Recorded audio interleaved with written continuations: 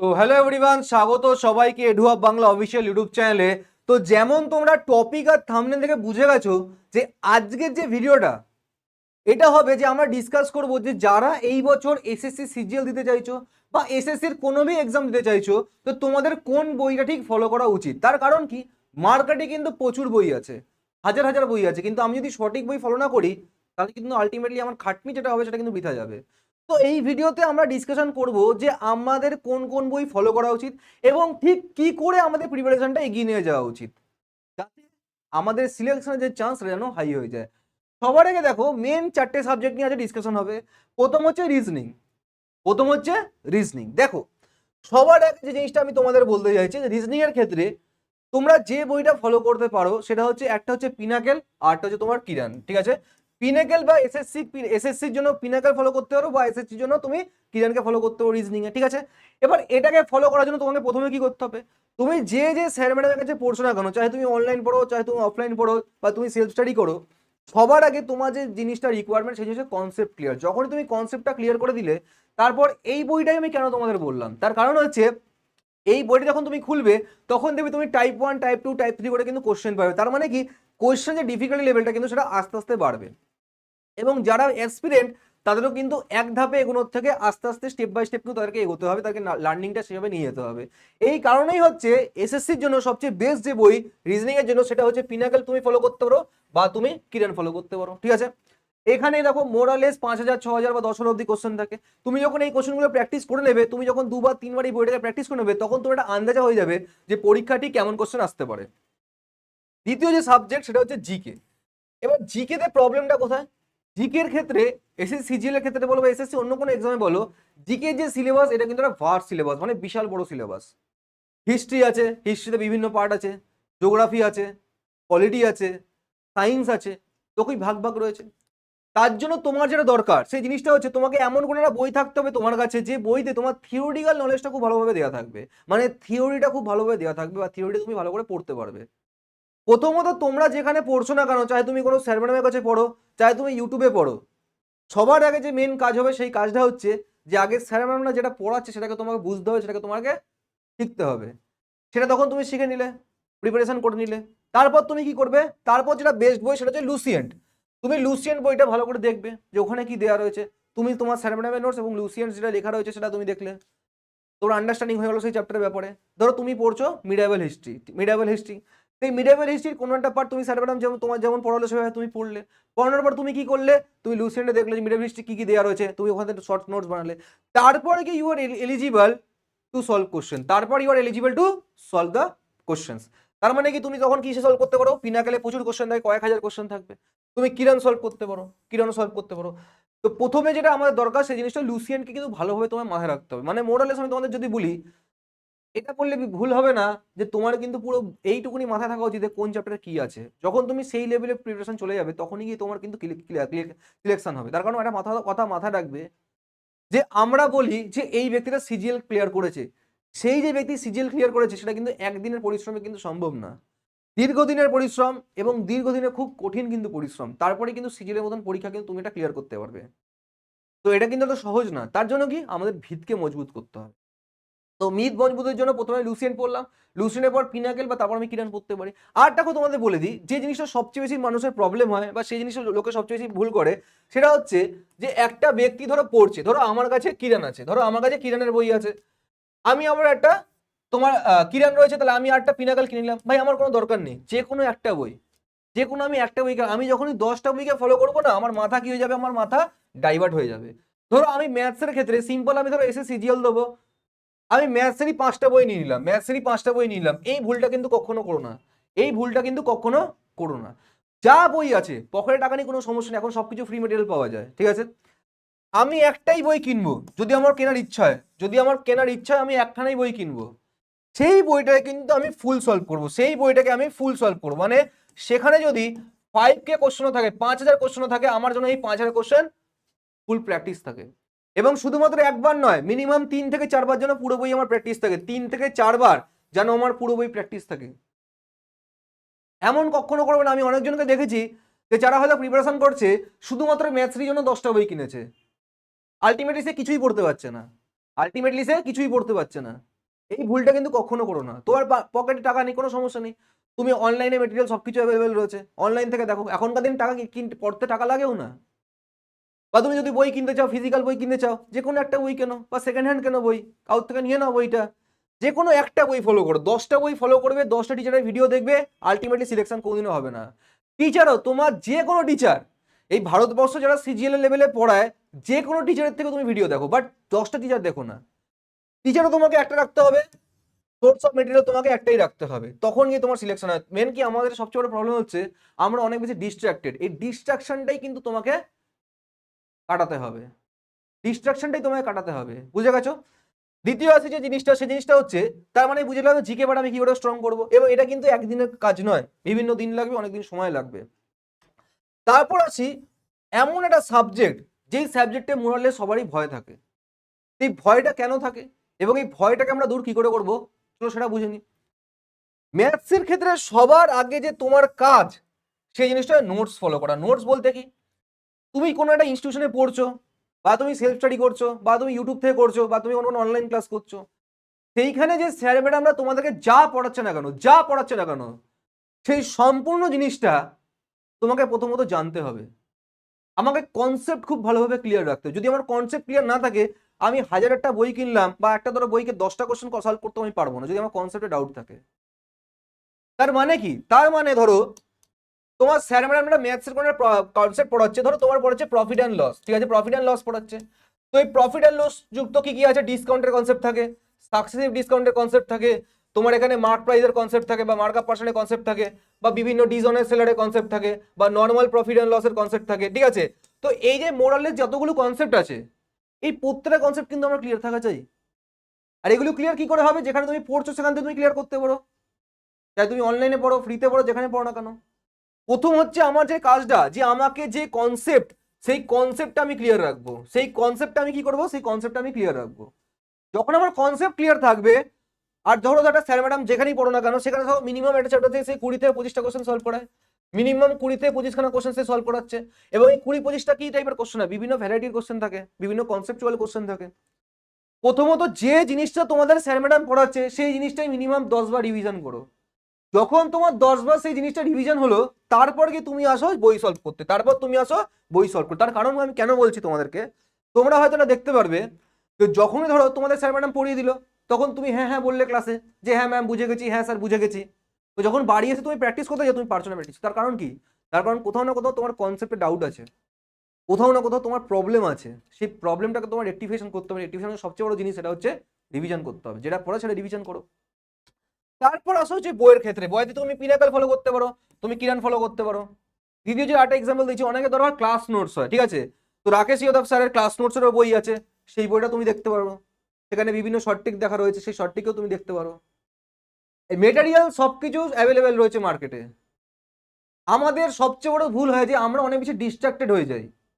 আমরা কি করি, 10টা জায়গার থেকে জিনিস ফলো করার চেষ্টা করি, আলটিমেটলি কিছুই কাজ হয় না।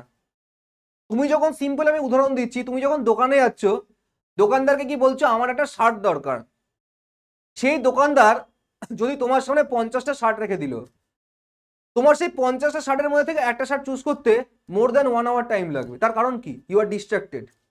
বাট দোকানদার বললো যে শুধুমাত্র 2টো শার্টই আছে এবং তোমার শার্টটা আজকেই কিনতে হবে, তখন কি তুমি সেই 2টো শার্টের মধ্যে কোনো একটা চুজ করবে? তাই তোমার টাইমটা কি লাগছে, টাইমটা কম লাগছে। এই জিনিসটাই কিন্তু আমাদের রিয়েল লাইফে হয়, যে আমরা কিন্তু অনেক বেশি ডিস্ট্রাক্টেড থাকি। তো ডিস্ট্রাকশনকে সরাও, 1000টা মেটেরিয়াল দিকে আমি যাবো না, একটা মেটেরিয়াল ফলো করবো, কিন্তু যেটা আমি ফলো করবো সেটা আমি 100% বা 200% তার উপর দেবো। যদি আমি ক্লাসে যা পড়ছি, সেই যে স্যার ম্যাডাম যে কোশ্চেনটা করাচ্ছে, সেই কোশ্চেনটা মিনিমাম আমার 10 to 15 টাইমস প্র্যাকটিস থাকা যায়, তারপর গিয়ে আমি আসবো বইতে। যে জিনিসটা আজকালকার দিনে মানুষ করে না, সে সবচেয়ে বড় ভুল। এখনকার দিনে পরীক্ষা খুবই টাফ, সিজিএল লেভেলে যখন পরীক্ষা দেবে, পরীক্ষা এক্সট্রিম টাফ। তার জন্য তোমার যে রিকোয়ারমেন্ট সেটা হচ্ছে এক্সট্রিম কনসেপ্ট নলেজ। তারপর আসো না ভাই, পিনাকালে কোশ্চেন সলভ করো, কিরানে কোশ্চেন সলভ করো, 5000 কোশ্চেন সলভ করো, 10,000 কোশ্চেন সলভ করো, কোনো সমস্যা নেই। কিন্তু যদি আমি একটা বই কিনি, একটা বই পুরো সলভ করবো, এবং একবার নয় 2 থেকে 3 বার মিনিমাম আমি সলভ করবো সেই বইটাকে। এবার আসি ইংলিশ পার্টটা। এবার ইংলিশে জেনারেলি 2 রকমের কোশ্চেন থাকে। একটার ক্ষেত্রে তোমাদের মেনলি ডাউট থাকে যে স্যার ভোক্যাব কি করে করব। একটা তোমাদের প্রবলেম থাকে যে একটা হচ্ছে ভোক্যাবের প্রবলেম থাকে, এবং আর তোমাদের প্রবলেম থাকে সেটা হচ্ছে গ্রামারের প্রবলেম থাকে। কিসের প্রবলেম থাকে? গ্রামারে। এবার ভোকাবের ক্ষেত্রে প্রবলেমটা কোথায়?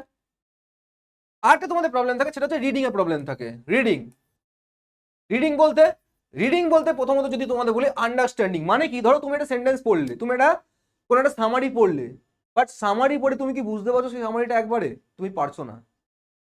কেন? দেখো, আমরা সবাই কিন্তু ইংলিশ মিডিয়াম ব্যাকগ্রাউন্ড থেকে আসি না, আমরা কোনো হাইফাই ব্যাকগ্রাউন্ড থেকে আসি না। যারা এসএসসির মতো পরীক্ষাতে, তারা সবাই মধ্যবিত্ত বা গরিব ঘরের ছেলে মেয়ে, আমাদের মতন সাধারণ ছেলে মেয়ে। একটা সাধারণ ছেলে মেয়ের আপব্রিঙ্গিং অত ভালো হয় না, বা সরকারি স্কুল আমাদের দেশে অত ভালো নয় যে সে দুর্ধর্ষভাবে ইংলিশ জানবে। সবারই তাই জন্য ইংলিশে প্রবলেম থাকে, আমারও প্রবলেম আছে।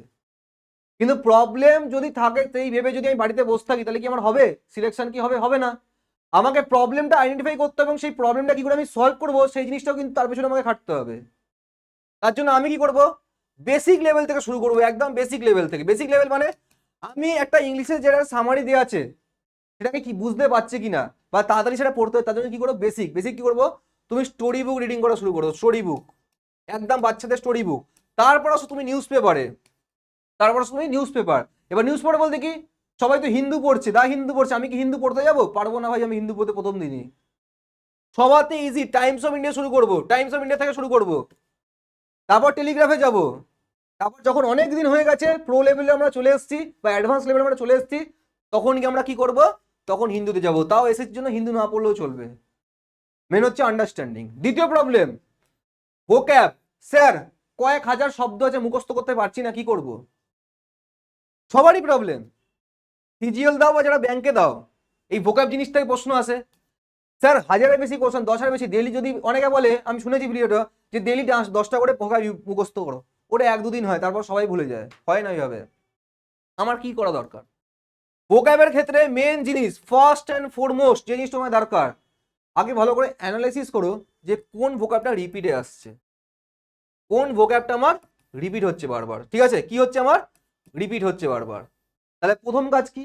আমি প্রিভিয়াস ইয়ার কোশ্চেনগুলো দেখলাম যে ভাই আমার কোন কোন ভোক্যাবগুলো রিপিট হচ্ছে। যেই আমার রিপিটেশন আমি বুঝে গেলাম যে এইগুলো রিপিট হচ্ছে, এটা একটা ক্যাটাগরি। সেকেন্ড হচ্ছে আমাকে জানতে হবে রুট ওয়ার্ড। কি জানতে হবে? Root word. প্রত্যেকটা ওয়ার্ডের কিন্তু রুট ওয়ার্ড থাকে, ঠিক আছে? প্রত্যেকটা ওয়ার্ডে একটা রুট ওয়ার্ড থাকে। তো তোমরা আশা করছি তোমাদের ইংলিশ স্যার বা ম্যাডাম তারা পড়িয়েছে তোমাদেরকে, সেখান থেকে বিভিন্ন ওয়ার্ড ফরমেশন হয়। সেটা যদি আমি আইডেন্টিফাই করে নিই, তাহলে আমার ক্লিয়ার হয়ে গেল অর্ধেক কনসেপ্ট। এবার দেখো, একটা ব্যক্তির ক্ষেত্রে এই দেশে যত রুট, দেশে যত ভোকাবুলারি মুখস্থ করা সম্ভব না, তখন তুমি কি করবে? ম্যাক্সিমাম যে চান্সটা এখানে শুরু করো, ম্যাক্সিমাম যে চান্সটা এখানে শুরু করো। ধরো একবার তোমার হচ্ছে না, এবার ধরো তোমার যতটা তুমি করলে হলো, এবার তোমার আরো দরকার। সেই ক্ষেত্রে তুমি কি ফলো করো? তুমি ব্ল্যাক বক্স বলে একটা বই আছে, সেখানে ভোকাব থাকে, সেই বইটা ফলো করতে হবে, ব্ল্যাক বক্স। এবার ভোকাব কি করে মাথায় রাখবে? ডেলি শুধু রিডিং করো। কোনো একটা ওয়ার্ড দেওয়া আছে, তার মানে দেওয়া আছে, ওয়ার্ড দেওয়া আছে, মানে দেওয়া আছে, দিনে 10 বার করে পড়ো একবার। লেখার দরকার নেই কোনো কিছু, দিনে দেখে দেখে পড়ো না ভাই। 1 দিন হবে না, 2 দিন হবে না, 7 দিন হবে না, 30 দিনের পর কিন্তু ঠিক অটোমেটিক সেই ওয়ার্ডটা অটোমেটিক তোর মুখস্থ হয়ে যাবে। এটাকেই বলে দ্য পাওয়ার অফ প্র্যাকটিস বা দ্য পাওয়ার অফ রিভিশন। ঠিক আছে? দ্বিতীয় যে সবার ডাউট থাকে, সেই জিনিসটা কিসে থাকে? সেই জিনিসটা হচ্ছে গ্রামারে। গ্রামারে ডাউট থাকে। এবার গ্রামারের ক্ষেত্রে কি, আমি ধরো একটা কোনো বই কিনে নিয়ে চলে এলাম, আমি গ্রামার বললাম ভাই আমার গ্রামার ওইভাবে হবে না। যেখানে তুমি পড়ছো না কেন, সেখান থেকে সবার আগে গ্রামারের বেসটা বিল্ড আপ করো। গ্রামারের বেসিক বা বলতে পারো যে বেসটা যেটা, সেটা বিল্ড আপ করো।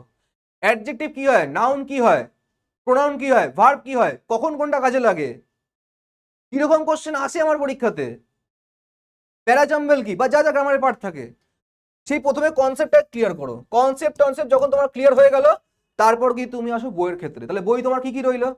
তুমি প্র্যাকটিস সবার আগে যদি তোমার বেস বিল্ড করতে হয়, তুমি কেডি পাবলিকেশনে বই করতে পারো, তুমি এসপি বাক্সি করতে পারো, ঠিক আছে? এসপি বাক্সি ফলো করতে পারো, কেডি পাবলিকেশনে বই ফলো করতে পারো, ভোকাবের জন্য ব্ল্যাক বক্স ফলো করতে পারো। যখন এগুলো তোমার হয়ে গেল, এবার ধরো তোমার এগুলো রিকোয়ারমেন্ট নেই, তুমি অলরেডি যে মেটেরিয়াল যেখানে পড়ছো সেখানে অলরেডি সেটা অ্যাম্পেল অ্যামাউন্ট মানে বহুত প্রচুর অ্যামাউন্টে রয়েছে। সেই ক্ষেত্রে তোমার শুধু যে রিকোয়ারমেন্টটা আছে যে আমি ভাই শুধুমাত্র প্র্যাকটিস করব, যদি তোমার রিকোয়ারমেন্ট থাকে শুধুমাত্র আমি প্র্যাকটিস করব, তখন কি তুমি পিনাকাল ফলো করতে পারো বা কিরানা বই ফলো করতে পারো, ঠিক আছে? এবং তৃতীয় জিনিস, যেটা আমি আবারও লাস্টবার বলছি, সবার আগে যে পরীক্ষা দিচ্ছ না কেন, বা যারা সিলেক্টেড ক্যান্ডিডেট, যারা টপার্স, তারা একটা কথা কিন্তু বারবার বলবে। সেই জিনিসটা কি? সেই জিনিসটা হচ্ছে আমাদেরকে প্রথমত আমাদের ভিতটা, সেই ভিতটা মজবুত করতে হবে। একটা বিল্ডিং এর যদি বানাচ্ছ, কিন্তু তোমার যদি ভিত মজবুত নেই, 10 দিন পর সেই বিল্ডিংটা পড়ে যাবে, ভেঙে পড়ে যাবে। তাই জন্য কি বেসিক যে কনসেপ্টগুলো আছে সেই বেসিক কনসেপ্টগুলো বারবার প্রিপারেশন করো, বারবার রিভিশন করো এবং ক্লিয়ার করার চেষ্টা করো, আস্তে আস্তে ক্লিয়ার হয়ে যাবে। তার মানে কি, আমাকে যে বেসিক কনসেপ্টটা, এই বেসিক কনসেপ্টটা কিন্তু আমি বারবার প্র্যাকটিস করব। এটা কিভাবে হয়, বারবার প্র্যাকটিস করব, বারবার রিভিশন করব।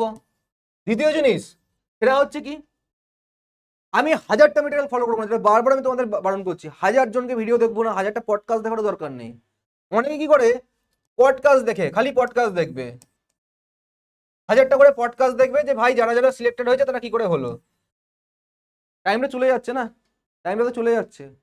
বেসিক কাজগুলো করো, তাহলে ডিস্ট্রাকশনটাকে অ্যাভয়েড করো, ডিস্ট্রাকশন অ্যাভয়েড করো।